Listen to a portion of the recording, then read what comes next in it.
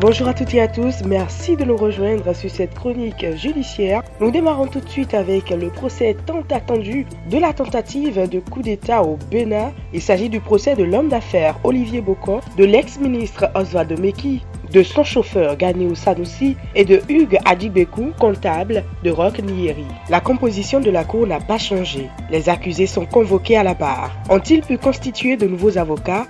À cette question, Olivier Bokor explique à la cour sa situation.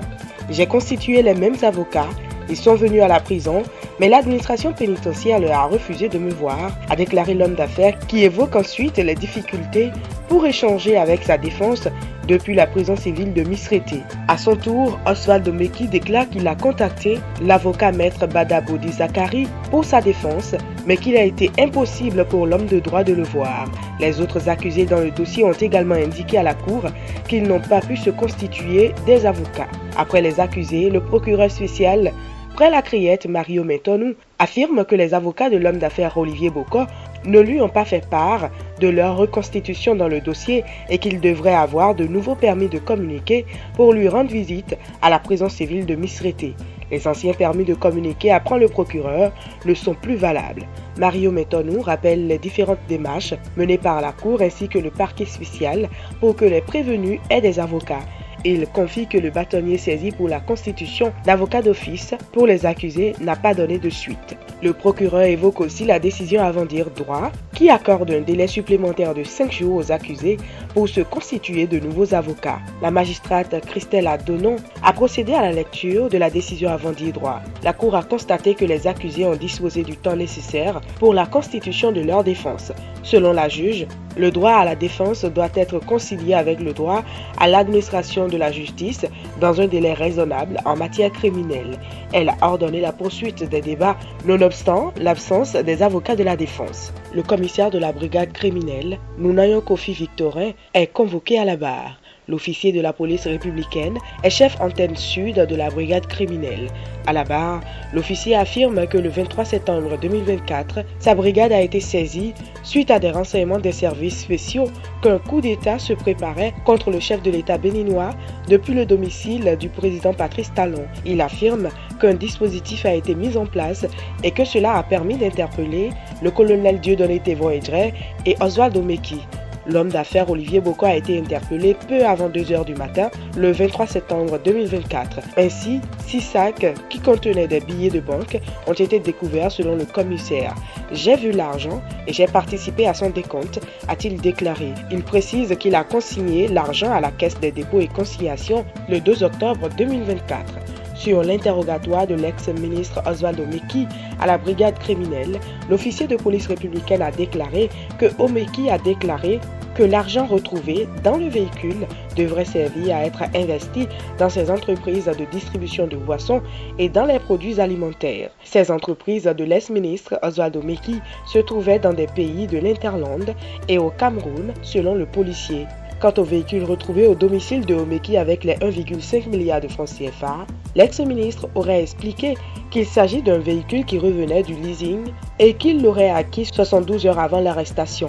Le commissaire de police républicaine indique que Omeki a déclaré lors de son audition n'avoir pas eu le temps de faire l'immatriculation et qu'il a mis la fausse plaque d'immatriculation au quartier Zongo à Cotonou. Le commissaire a été interrogé sur les déclarations de Ganiou Sanoussi, chauffeur de l'ex-ministre des Sports, qui a déclaré lors de son audition au commissariat qu'il aurait vu l'homme d'affaires Olivier Bokor remettre l'argent. Le policier affirme que Ganiou Sanoussi s'est dédié et a déclaré n'être pas sûr que c'est l'accusé Olivier Bokor qui a remis l'argent. Ensuite, le colonel Djimon Dieudonné Thévon Edrey, commandant de la garde républicaine, a été convoqué à la barre pour sa déposition. Selon l'officier, tout a commencé avec l'ex-ministre le 30 mai 2024 où il lui a fait appel pour qu'il passe le voir le soir. Nous habitons le même quartier, sa maison est à 2 minutes de la mienne, à pied à l'arrêt vive. Contrairement aux conversations que nous avions habituellement, les discussions ce jour-là tournaient autour du chef de l'État, mon patron, dans le but de me révolter. Et il dénigrait mon patron et parlait de lui en mal. Il a évoqué mes conditions de travail qu'il trouvait dérisoires. Je me rappelle qu'il est allé dire que j'étais le commandant de la garde républicaine le plus pauvre de la planète. Plusieurs autres rencontres ont suivi, a-t-il fait savoir à la cour. Le 30 juin 2024, l'ex-ministre Oswald Meki aurait fait appel au colonel Thévo Edjré et a continué dans la même veine à critiquer le chef de l'État. Il m'a fait cadeau de 5 millions de francs CFA. Le 7 juillet 2024, il m'a fait appel une nouvelle fois. Il est revenu encore sur les agissements de mon patron. C'est ce jour-là qu'il a évoqué une ouverture de compte à NCA Bank. Pour lui, c'était pour améliorer mes conditions de travail.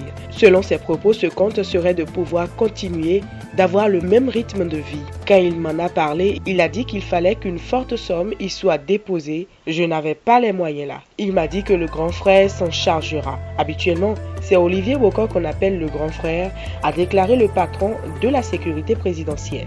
Le 2 août 2024, le colonel Thévo Edjré affirme avoir reçu de la part de Oswald Meki une image à vue unique sur WhatsApp sur l'ouverture d'un compte de 105 millions de francs CFA auprès de NCA Bank Côte d'Ivoire. Le 27 août 2024, Oswald Meki lui a demandé au cours d'une rencontre s'il était au courant de l'arrestation du frère Ongi. Le colonel Dieudonné Thévo Edjré affirme avoir déclaré qu'il n'était pas au courant. Ce jour-là, Oswald Meki lui a déclaré que le président Patrice Talon ne lui faisait plus confiance et qu'il s'apprêtait à nommer son subalterne, le capitaine-major Migan, comme nouveau patron de la garde républicaine. C'est en effet ce capitaine qui s'occupe directement de la sécurité du président Patrice Talon. J'ai eu la certitude qu'il faisait des affabulations pour me révolter contre le président Patrice Talon, a déclaré l'officier. Plus tard, Oswald Meki lui aurait remis une bouteille de champagne de 2000 € pour célébrer le coup d'État. Le colonel Thévo Edjré affirme que la date du 30 septembre 2024 a été retenue pour la date du putsch, mais ils se sont rendus compte que le président Patrice Talon serait au sommet de la francophonie à cette date. Finalement, la date du 27 septembre 2024 a été retenue pour le coup de force. Le mode opératoire était de séquestrer le chef de l'État dans son bureau et de l'éloigner de sa famille avec laquelle il est fusionnel. Il s'agit, selon l'officier, de faire un coup d'État comme celui contre Bazoum au Niger. Dans les semblants de préparatifs de coup d'État, le colonel Dieudonné Thévo Edjré affirme avoir demandé 1,5 milliard de francs CFA pour les logistiques et tout.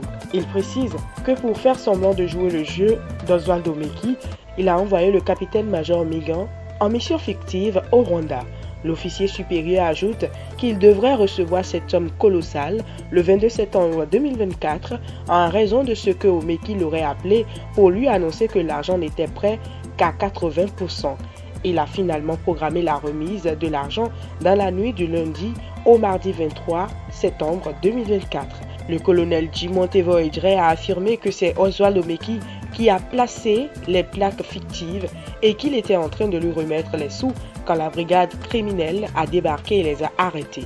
Interrogé sur son adhésion au mouvement OB26, Dieudonné Thévo Edjré est formel. Je ne suis ni adhérent, ni membre de la dynamique OB26. Selon le plan proposé, l'ex-ministre de la Justice, Séverin Konom, devrait être nommé président de la Cour constitutionnelle créée par la junte. Dieudonné Thévo Edjré révèle que Oswald Meki devrait être nommé son conseiller spécial et que l'homme d'affaires Olivier Bokor devrait rester en retrait. Lors de leur discussion, Dieudonné Thévo Edjré affirme à la Cour que Oswald Meki l'aurait rassuré qu'il aura le soutien des autres responsables de l'armée. Meki lui aurait déclaré qu'un coup de fil d'Olivier Bokor au chef d'état-major, général des forces armées béninoises, le général Fructueux Baguidi, au patron de l'armée de terre, le général Abou Issa, et au directeur du cabinet militaire du président Patrice Talon, le général Bertin Bada, aurait suffi pour les rallier. Pourquoi n'a-t-il pas dénoncé les faits depuis le début? Interrogé par le procureur spécial, le colonel Dieudonné Thévo Edjré explique avoir accepté de jouer le jeu pour que les accusés ne le contournent pas. Il a déclaré que s'il n'avait pas fait le jeu, les mises en cause l'auraient contourné. Si j'avais accepté de faire le coup d'État, j'aurais trahi la République. J'ai le sentiment du devoir accompli, affirme-t-il. Je n'ai jamais discuté de coup d'État avec Olivier Bokor, a affirmé le colonel Dieudonné Thévo Edjré lorsque la question lui a été posée. Si j'avais choisi de faire un coup d'État, je ne remettrai jamais le pouvoir à un civil, a déclaré l'officier. Oswald Meki et Olivier Bokor avaient refusé ce mardi de faire leur déposition sans avocat devant une composition qu'ils jugent irrégulière. Le prévenu Oswald Meki a déclaré « Je suis venu avec mes avocats pour me défendre. Malheureusement, pour un certain nombre d'irrégularités, ils se sont déconstitués », a-t-il déclaré. Il rappelle ses propos de soutien à la candidature de Olivier Bocor en date du 30 octobre 2023 selon lesquels Olivier Bocor est le mieux préparé pour succéder à Patrice Talon qui lui ont valu les inimitiés du chef de l'État, Patrice Talon. Il dit que le 5 octobre 2023, il s'est fait sermonner proprement par le président Patrice Talon en Conseil des ministres et il a décidé de démissionner le lendemain 6 octobre 2023. J'aurais voulu me défendre point par point, mais je ne vais pas le faire parce que, premièrement, je suis convaincu que la criette est restée fidèle à sa renommée, à savoir la messe est dite d'avance. Deuxièmement, je suis solidaire de mes avocats. Si la Cour décide d'accéder à cette demande, je reviendrai avec eux devant cette Cour, a déclaré Oswaldo Meki. Convoqué à la barre, Olivier Bocor estime qu'il veut déposer en présence de ses avocats. Autrement dit, il préfère garder le silence. Après une petite suspension le mardi, les juges ont procédé à la lecture des procès-verbaux de l'homme d'affaires Olivier Bocor et d'une banquière ivoirienne de la NCA. Le procès-verbal de l'interrogatoire d'Olivier Bocor indique que l'homme d'affaires n'a pas reconnu les accusations portées contre lui. Le rapport d'expertise psychiatrique révèle que ni Olivier Bocor ni Oswaldo Meki ne présentent de troubles psychiatriques qui pourraient expliquer les faits qui leur sont reprochés. De plus, les enquêtes de moralité ont été favorables aux deux accusés. Après la lecture de ces documents, l'audience a été renvoyée à ce mercredi 29 janvier 2025. Ce mercredi 29 janvier 2025, le procès a repris aux environs de 9h50. Le procureur spécial Près la Criette demande à la Cour la lecture des pièces du dossier et l'audition de nouveaux témoins dans le dossier. Le magistrat a souhaité entendre particulièrement le témoin Venance Kokoye. L'homme est le directeur des affaires administratives et financières des entreprises de Roch Nyeri, aujourd'hui en fuite. Ses attributions au sein des entreprises de Roch Nyeri sont le suivant. Les choses ne se passent pas comme ailleurs. On avait un mode de fonctionnement atypique. Les décisions étaient au jour le jour, a-t-il déclaré au sujet du fonctionnement des entreprises de Roch Nyeri. Venance Kokoye explique que les sources de financement des entreprises de Roch proviennent des marchés qu'ils exécutent. Sur les fonds retirés entre août et septembre 2024 pour les comptes des entreprises de Roch Nyeri, Venance Kokoye explique qu'il était absent et était en vacances au Canada. Avant de se rendre au Canada, Venance Kokoye confie avoir signé des chèques à blanc pour permettre aux entreprises de continuer à fonctionner. Ces chèques à blanc ont été remis à Hugues Crépin Adjibekou, comptable de Roch Nyeri. Venance Kokoye affirme qu'il ne sait pas le montant total retiré pendant cette période. Je suis directeur administratif et financier à Senadis Agro. Je m'occupe du suivi financier. J'assure la rentabilité ou non des différents projets que nous avons. Je supervise l'équipe administrative et que les dépenses nécessaires soient faites dans les règles de l'art. J'interviens aussi dans d'autres sociétés, a-t-il déclaré. Cité dans ce dossier, NCA Assurance a tenu à apporter sa version dans ce procès. C'est à travers une visioconférence que NCA Assurance s'est prononcé. Depuis la Côte d'Ivoire, Jacques Avenet, chef département commercial de NCA Assurance en Côte d'Ivoire, a expliqué l'ouverture des comptes pour le colonel Dieudonné Tévoïdret par l'ex-ministre Oswaldo Meki. Nous avons des contrats prestige, des contrats pour les obsèques et autres. Le contrat prestige est un contrat pour les particuliers, les hommes d'affaires, les hommes politiques. Il s'agit de versements libres. On n'impose pas de périodicité, c'est une épargne. Il y a le taux de base de 3,5%. À notre niveau, le client ne rentre pas dans la souscription. Vous renseignez un bulletin d'adhésion avec une pièce d'identité. Par la suite, il y a des vérifications qui se font.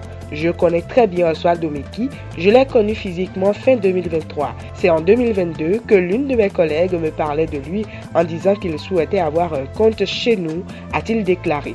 Ce responsable raconte qu'à l'époque, Oswaldo Meki a fait 2 versements de 50 millions de francs CFA. Sur le compte ouvert au nom du colonel Dieudonné Tévoïdret, ce responsable de NCA informe la Cour qu'il y a d'abord eu un dépôt de 5 millions à l'ouverture du compte et ensuite un dépôt de 50 millions. La première fois, il a envoyé quelqu'un vers moi pour me remettre les sous. Pour les 50 millions, il m'a remis au Sofitel Hôtel Ivoire. C'était le 9 août 2024. C'était un vendredi. Par rapport aux 105 millions sur le compte du colonel, il m'a expliqué que c'était un autre ami qui allait envoyer un autre versement. Donc, il m'a demandé de faire une simulation pour que l'ami en question apporte sa contribution de 50 millions. Le numéro de police retrouvé aussi n'était pas authentique. Après, j'ai appris le mercredi 24 septembre 2024, si j'ai bonne mémoire, sur les réseaux sociaux qu'au Bénin, il y a eu une tentative de coup d'État déjouée et les hommes impliqués étaient des personnes que je connaissais. J'étais vraiment surpris. Je confirme que c'est 55 millions qui ont été versés. Oswald Omeki m'a expliqué que c'était un don pour un ami, a-t-il ajouté. Selon le responsable de NCA Assurance, la capture d'écran de 105 millions de francs CFA n'était qu'une simulation du solde du compte que Oswald Omeki a demandé. Face au refus d'Oswald Omeki et d'Olivier Bokor de déposer devant la cour, les juges ont procédé à la lecture des procès-verbaux des accusés devant les juges de la commission d'instruction de la Criette. Selon les pièces lues, l'homme d'affaires Olivier Bokor a rejeté catégoriquement les accusations de tentative de coup d'État portées et d'éventuelles candidatures à la présidentielle de 2026. Selon les documents lus, Olivier Bokor a soutenu qu'il n'a pas dissuadé les mouvements OB26 qui suscitaient sa candidature parce qu'il comptait les rallier à la candidature de la mouvance présidentielle en 2026.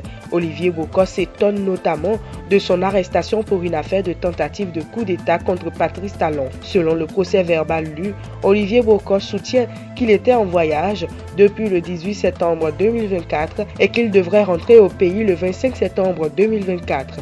L'homme d'affaires affirme qu'il a été obligé d'écourter son voyage et de rentrer au pays le 23 septembre 2024 à la demande express du président Patrice Talon. Olivier Bokor affirme que s'il préparait effectivement un coup d'État contre le président Patrice Talon, il ne serait jamais rentré au pays le 23 septembre 2024 et qu'il n'aurait jamais essayé d'aller chez le chef de l'État en pyjama la nuit de son arrestation. Faire un coup d'État à Patrice Talon revient à faire un coup d'État à moi-même.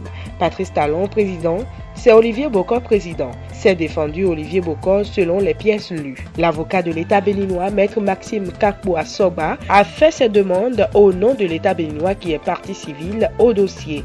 Il a demandé de retenir Olivier Bokor et Roch Nyeri dans les liens de prévention des faits de blanchiment de capitaux, corruption d'agents publics et complot contre l'autorité de l'État. Pour l'ex-ministre Oswald Omeki, il a demandé à la Cour de le retenir dans les liens de la prévention des faits de complot contre l'autorité de l'État, faux certificats, blanchiment de capitaux et complot contre l'autorité de l'État. Pour le chauffeur Ganiou Sanoussi, il a demandé de le retenir pour faux certificats. Quant à Corneille Baguidi et Hugues Adjigbekou, il a demandé de les retenir pour complot contre l'autorité de l'État. Il a demandé de condamner tous les accusés à verser solidairement 77 milliards de francs CFA pour toute cause de préjudice subi par l'État béninois. L'avocat sollicite la confiscation de tous leurs biens, connus ou non, et la saisie des 1,5 milliard de francs CFA. La défense de l'État béninois demande également la condamnation des accusés Hugues Crépin Adjigbekou et Déogracias Corneille Baguidi à 10 millions de francs CFA à verser à l'État béninois.